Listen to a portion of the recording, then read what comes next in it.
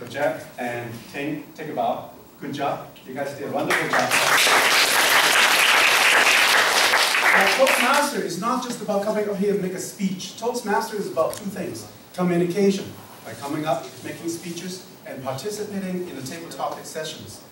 The other one is doing what these people are volunteering to do, such as keeping time, such as keeping the meeting going well, and you have a chance to do some of these jobs. Please volunteer yourself, because that is when you really start to learn fast. Now, the icebreaker, we had a game. We started out with icebreaker, and that was wonderful. There are 3 words, really, to describe how well it went. It was wonderful, wonderful, wonderful. I can guess we had about maybe 60 people here tonight, 70 people here tonight. And what a way to break ice. It was really, really well designed. And by going around and getting to know what everybody else is in the group, in the crowd, it's a wonderful way to break the ice. So I congratulate to whoever thought of that idea. And you should keep that going in your other meetings. Until one day when you all know each other. One happy family. Then you can develop another game so that you can break the ice. Now the introduction by Leslie, your president, was a really good job because she wanted you to know what Toastmasters is all about. All right? But there's one thing that she didn't mention was structure. Toastmaster is about structure. If we were to just come here tonight and spend 3 hours speaking English to each other, we'd be all lost. When we go home tonight, we say, what happened in 3 hours? What did we do? Toastmaster provides a structure from the beginning to the end. And it's saying after your speech, it teaches you how to write a speech by having an opening, having a content of the body, and then a closing. And Toastmaster also provides a structure how to become a leader among your peers, how to become a Toastmaster, how to become a president, how to become a timer.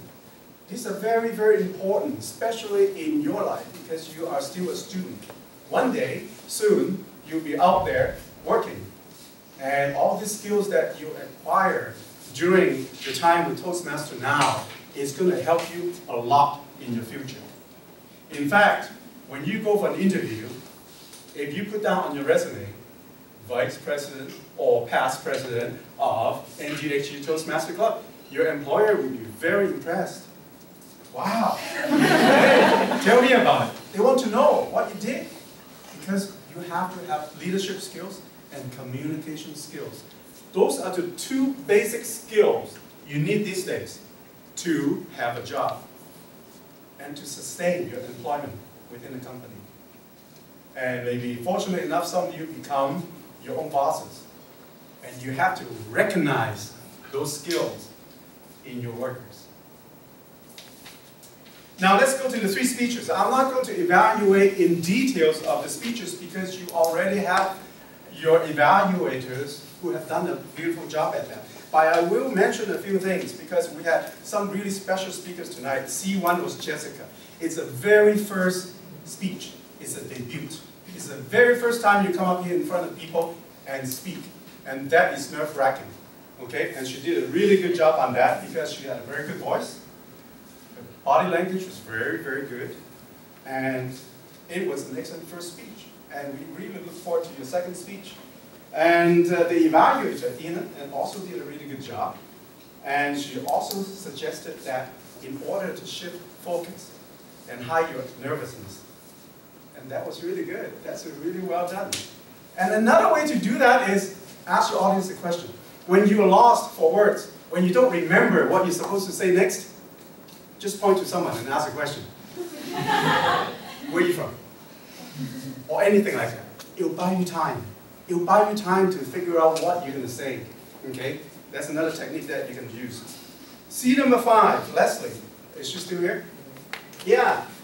Your president. Hey, set a good example with a good opening, a good body, good content, and great clothes. You require all 3. There's nothing magical about making a speech. Everybody can make a speech. One of the best speakers in the world right now is Obama. You ever watch him on television?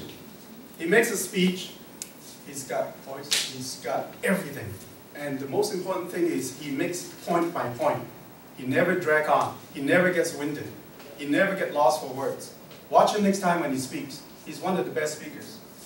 And the speech C5, it's about, get to the point, no, what was it? Body language. And you have plenty of those. It was a textbook delivery.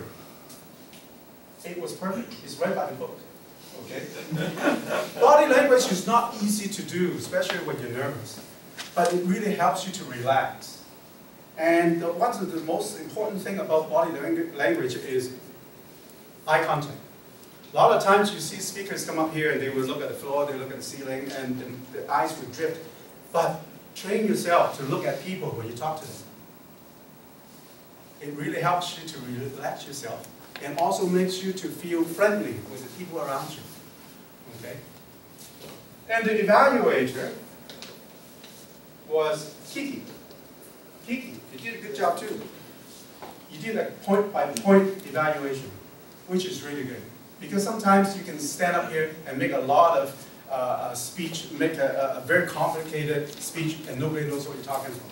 But going point by point by point, and that's really good. You did a really good job on that. And also, you're a very good speaker. Very good voice. C number 10, Sean. What can I say about Sean? C number 10, congratulations. You are now a CC. A competent communicator. Where's Sean? Hey, hiding in the back here. Let's congratulate him. He is, to the best of my knowledge, I think you're the first CC in your club, isn't it? Or Leo? Yeah. Did Leo get his CC?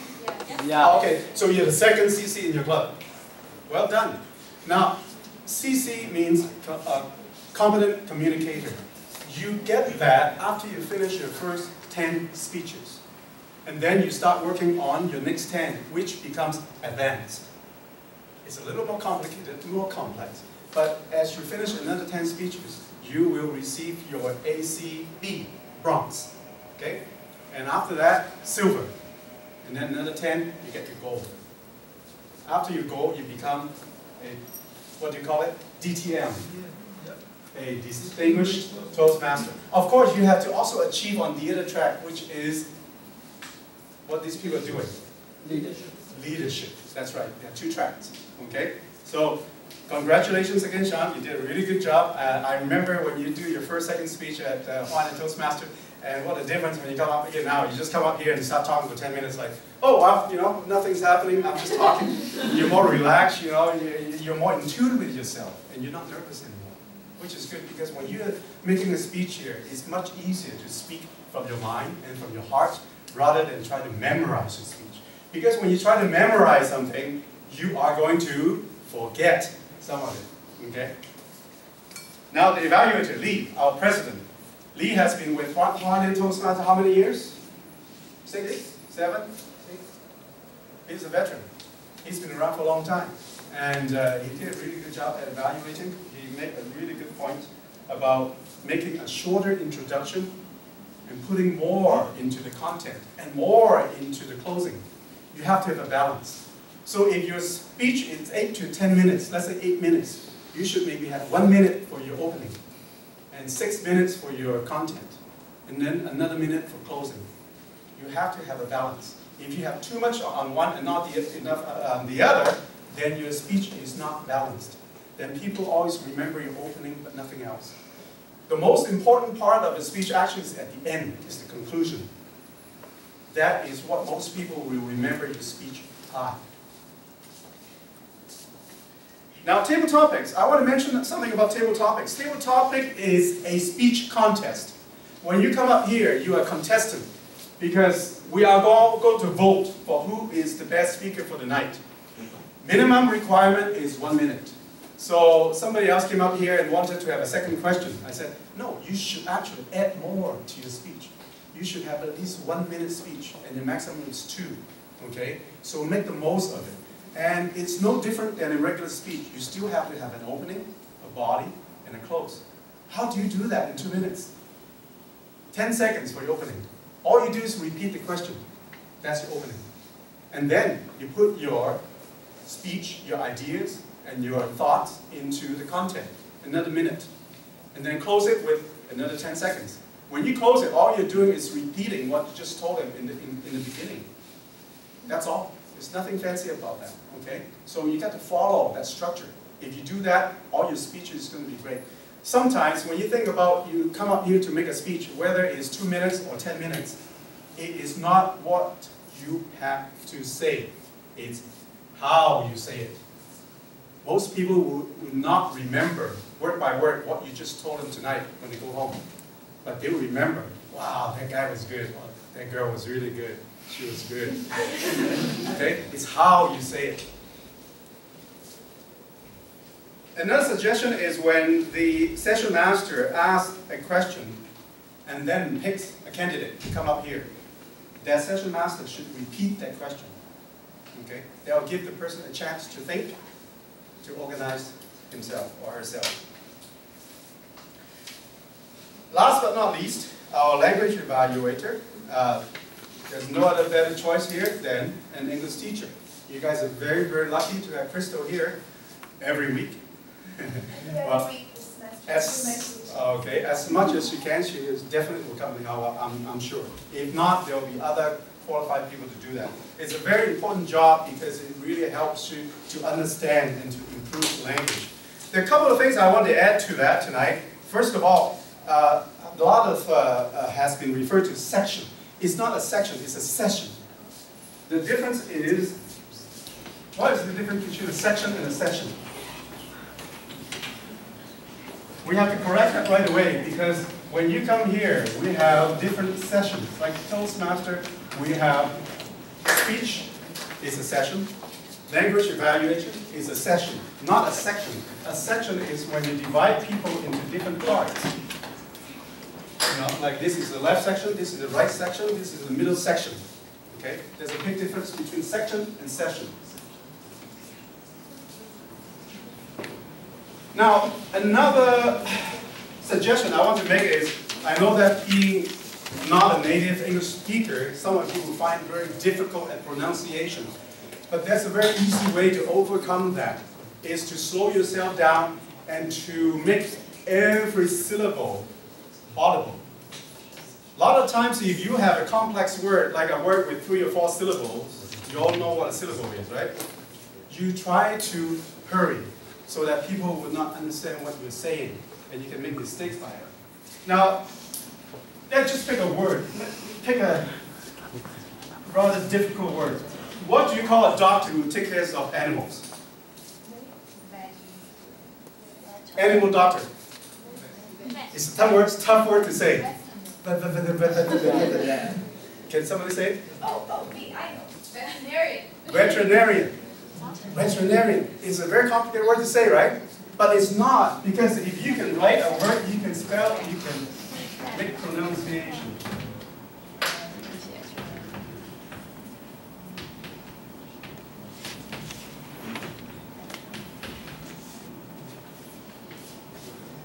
Go ahead, pronounce that word.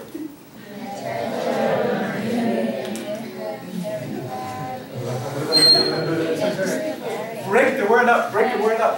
What's that? V-E-T, vet. Ter. In. Narian. 1, 2, 3, 4, 5. 5 syllables. Break it up, break the word up. Veterinarian. Veterinarian. Don't have to say it fast. Canadians can say it fast. Because they can say it all. Yeah, it's just like veterinarian. Oh, sounds great. But you can slow it down. Nobody will ever fault you for slowly speaking. But if they cannot understand what you're saying, veterinarian. Veterinarian. Veterinarian. It's the same with any other English words. When you find a word with 3, 4, 5, 6 syllables, break the word up, break it up, and make each syllable audible so people can hear every single syllable. That is when you can really improve your pronunciation in English. Okay? You don't have to try to memorize all the words. Just know how to break the word up and make every syllable count. And tonight, you people are wonderful. Yeah, I see the green card. That's right. So I still got 2 minutes. Okay. But with 2 minutes left, I want to introduce some of our members at Hualien Toastmaster. Lee, being our president, come up and say something quickly. Nice to be here, and welcome to Hualien Toastmaster every Monday night. Okay, and you can see me here. We are at the other university in Hualien City. Our groups are much smaller than yours. We usually have 15 to 20 people. So, which is nice because you get to do a lot more speaking, a lot more interaction. So, come see Lee, come see me. Yeah. And our past Vice President of Education, Gabby, please come and say something. She has been wonderful. She has been very instrumental in keeping our club together for the last few years. Actually, I haven't went to Toastmasters for a long time, and I'm happy that I choose to come here today because you really inspire me and encourage me to keep going. Yeah. Okay. And our current Vice President of Education, our beautiful, beautiful, beautiful.